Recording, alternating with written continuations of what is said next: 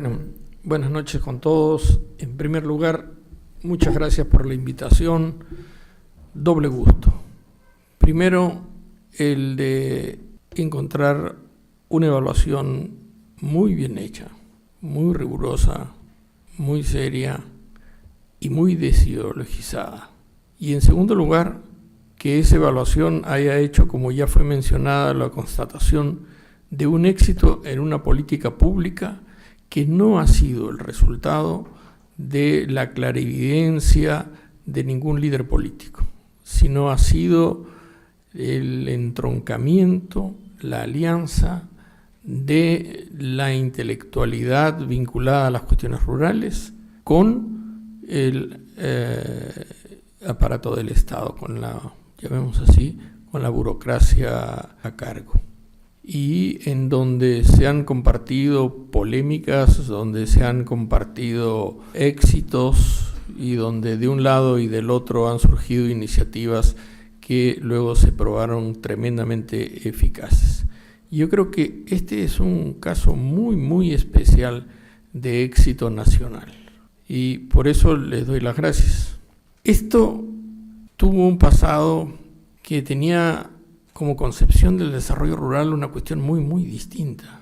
Recuerdo cuando se hizo el proyecto FEAS, en esa época se pensaba en la comunidad campesina. El actor era la comunidad campesina.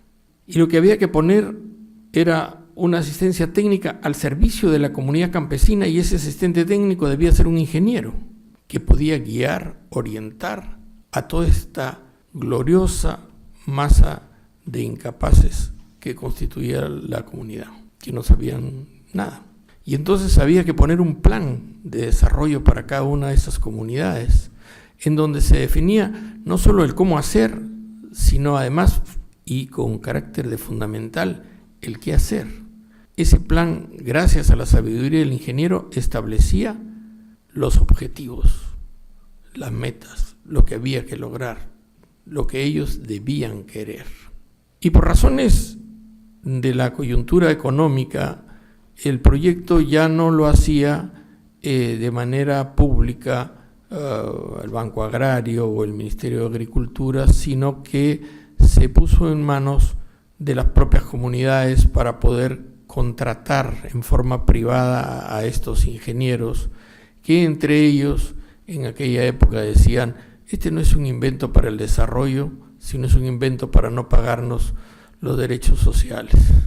Pero desde el momento en que comenzó a plantearse la necesidad de relacionarse con el mercado y tener éxito en el mercado, comenzó a abrirse un campo en aquel entonces inimaginado de encuentros, de discusiones, de hallazgos y de propuestas. Y además, por razones de circunstancia histórico-demográfica, de un lado el proceso de urbanización que comienza a acelerarse y de otro lado el desarrollo del mercado regional de alimentos y de fuerzas de trabajo, que también comienza a impulsarse en aquel entonces con pequeñas y medianas ciudades, comienza a abrirse un espacio en donde estas propuestas tenían una base material más importante, más sustantiva, y que fueron aprovechándose y retroalimentándose. De esta manera comenzó a surgir cosas que ya fueron adelantadas por Carolina y por César, para ver cómo se iba orientando el asunto hacia negocios y cómo además se creaban una asistencia técnica que era de alguien que sabía, pero que sabía el cómo, pero el qué busco, el para qué estoy comprometiéndome, tenía que ver con la concepción de los negocios que esas familias, ya no la comunidad, sino las familias, estaban en capacidad de concebir y de perseguir efectivamente como un objetivo que no me es dado, sino como un objetivo que yo pretendo. Y esto quedaba más reafirmado desde el momento en que no se trabajaba exclusivamente con plata pública, sino que había que decir y mostrar el interés que uno poseía participando en el financiamiento de las cosas que eran propuestas. Y esto fue un gran salto, y fueron distintas personas, en distintas circunstancias, las que fueron haciendo aportes, como los Yaxachic surgen a partir de la experiencia de los Camayoc, pero no son los Camayoc. Los CLAR, como asignación de los recursos y de concursos, también fue una cuestión muy importante, estos comités locales de asignación de recursos, que permitieron que no fuera en la oficina de los burócratas de Lima donde se decidiera cuánta plata y en qué se iba a gastar. Y de esa manera, entonces, por ejemplo, el CLAR logró que hubieran efectivamente negocios inclusivos, porque eran los negocios de esas familias pobres que veían una oportunidad. Y cuando uno se pone a pensar de que en un lugar como Miraflores alrededor del 80% de los negocios quiebran en el primer año, y se pone a mirar los éxitos de los negocios rurales, que es cierto, parten de aprendizajes mayores y de inserciones más sólidas que las que se dan en los negocios urbanos, en donde muchas veces el primer negocio en que uno quiebra lo hace invirtiendo la plata de su papá. Aquí esto fue dando resultados reales, negocios que funcionaban y que tenían que ver con sus intereses, pero con sus conocimientos previos y además con estos aprendizajes que podían ser reforzados por Yaxachic locales. Los propios concursos, como está reseñado en el texto, se convertían en aulas, porque uno escuchaba los concursos, las propuestas del resto. Algunas tenían que ver con el tema que yo había escogido, otras no, pero yo aprendía. Y los campesinos aprendían escuchando de esas exposiciones que eran hechas además en su lenguaje, con sus connotaciones culturales que antes no existían. Entonces reforzaba un conocimiento, pero no era algo presuntuoso que me sacaba de la ignorancia. Los CLAR entonces se convirtieron en una cuestión muy, muy interesante, muy importante, y continúan siendo un instrumento que debe ser reforzado, y volveré más adelante sobre esto en las alianzas que deben hacerse con las municipalidades. Los proyectos se fueron complejizando y fueron coincidiendo territorialmente. Y esta coincidencia territorial hizo que se complejizara la intervención, y de esta manera, por ejemplo, Juntos se vincula a JACU, pero Juntos también se vincula a proyectos en los cuales se desarrolla la cuestión financiera. Comienzan a juntarse cosas. Es más fácil promover un proyecto de inclusión financiera ahí donde las mujeres ya tienen una tarjeta de débito y una cuenta de ahorros que es abierta para recibir el depósito de Juntos. Y las mujeres comienzan a incorporarse a esto. Estas alianzas, que no fueron tampoco el resultado de ningún consultor o de ningún político, sino que fueron apareciendo en la marcha de los propios ejecutores, coincidencias territoriales que no necesariamente, y que más bien no eran cosas que habían sido pensadas para estimularse desde el inicio como contrapartidas.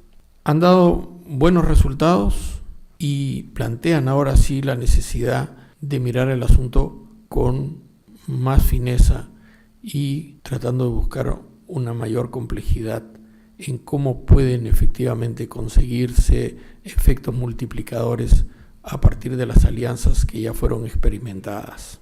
Las alianzas que han discurrido con las municipalidades son importantes, pero podrían ser muchísimo más importantes. Las municipalidades tienen un rol que lamentablemente, y sobre todo cuando tienen canon y cuando tienen ingresos importantes, se transforma en cemento. Construyamos. Algunas cosas valen la pena, otras son realmente espantosas.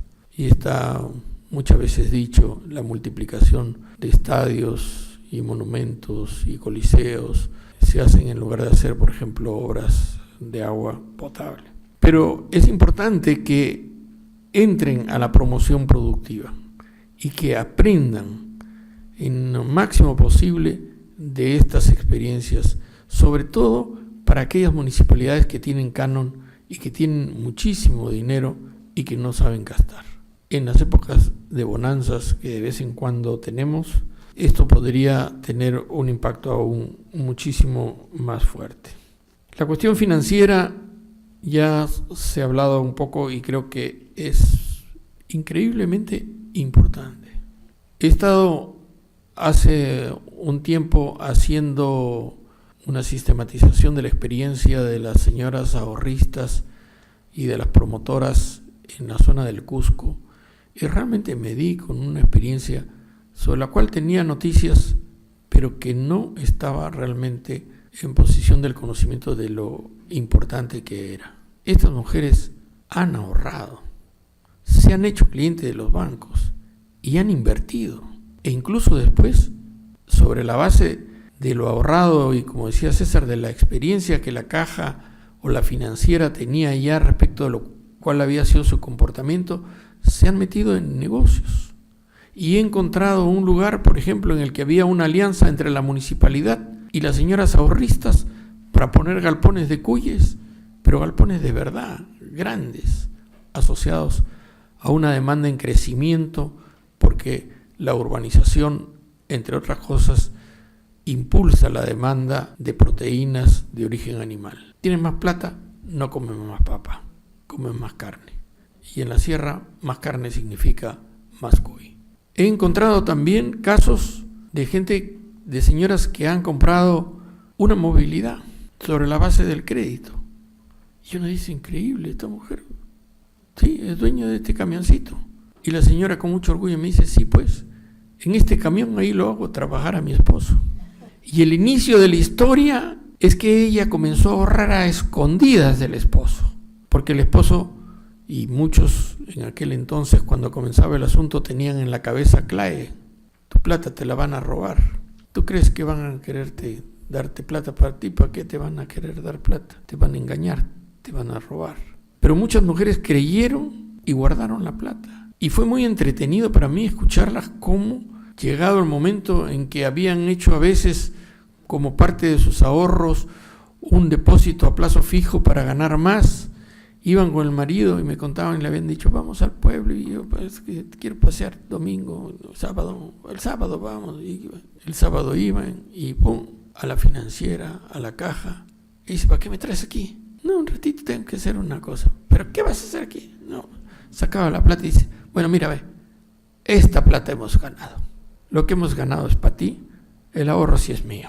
Entonces pude percatarme también de que había un cambio importante en la correlación de fuerzas del interior de la familia y que esas mujeres estaban siendo propietarias de inversiones y de apuestas en beneficio de la familia, en beneficio del colegio, de la educación y de la salud, pero que estaba siendo al mismo tiempo la base de un empoderamiento familiar muy importante. Y en esto financiero terminó habiendo pues los yachachi que habían sido primero solo de riego y después de otras cosas que tenían que ver los cultivos, y terminaron habiendo yachachik financieros, pero fueron principalmente mujeres las yachachik financieras, y estas mujeres se convirtieron en un factor importante del progreso comunal y en la consolidación del sistema productivo familiar, que es uno de los objetivos de JACO, ¿no? Consolidar el sistema productivo familiar. Y es algo que los resultados muestran que hay una ventaja positiva en las distintas cosas que han sido emprendidas, que son varias y distintas, y todas ellas en general, la gran mayoría, produce mejoras sustantivas. Es importante también que se haya valorizado el tema de la vivienda, porque no es solo la cuestión productiva, es también la cuestión residencial. Y la residencialidad rural, conforme el proceso de urbanización se complejiza y se multiplica en las pequeñas y medianas ciudades, la residencialidad rural va cobrando, cuando existe una conectividad suficiente, va cobrando valor. Ya no es un sitio del que necesariamente tengas que huir.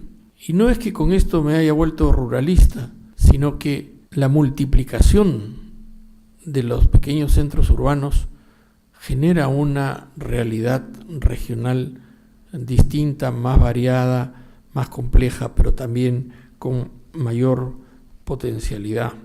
Creo que esto es algo que debe ser remarcado y que tendría que ver con los apoyos, por ejemplo, que las municipalidades podrían hacer, colocados dentro de una adecuada perspectiva de asignación de los recursos públicos a las personas privadas, cosa que ya es posible comenzar a hacer en las municipalidades en razón de Procompite. Es posible impulsar la acumulación de capital físico por parte de las familias, cosa que antes era absolutamente imposible de concebir, puesto que era dar plata pública a privados. Pero el CLAR mostró un camino por el cual eso podía hacerse con limpieza y con legitimidad. También queda el asunto de estamos al final del gobierno y tenemos una gran ventaja. Un libro como este es un libro que está hecho con seriedad y sin ideología. No está orientado a la construcción de verdades emocionales que sustenten la adscripción de programas o de fidelidades a determinados políticos, sino está orientado a fortalecer lo que ha sido muy exitoso, el diálogo de los sectores académicos con la burocracia del Estado, firmemente comprometidos los dos en obtener resultados que puedan trascender la circunstancia bajo la cual fueron concebidos. Y yo creo que eso es una cosa que podría servir de mucho para el próximo gobierno y es una lección que debería aprender, porque esto podría expandirse y, como se menciona, hacia sectores en donde en términos porcentuales la pobreza puede no ser tanta, pero en términos cuantitativos la pobreza es mucha, y porque el distrito es más rico, la mayor cantidad de pobres que en ellos existe tiende a ser dejada de lado. Yo espero que realmente este libro abra los ojos de los futuros responsables y que todos podamos ver cómo la pobreza en este país sigue disminuyendo y cómo se crean nuevas oportunidades. Bueno, muchas gracias.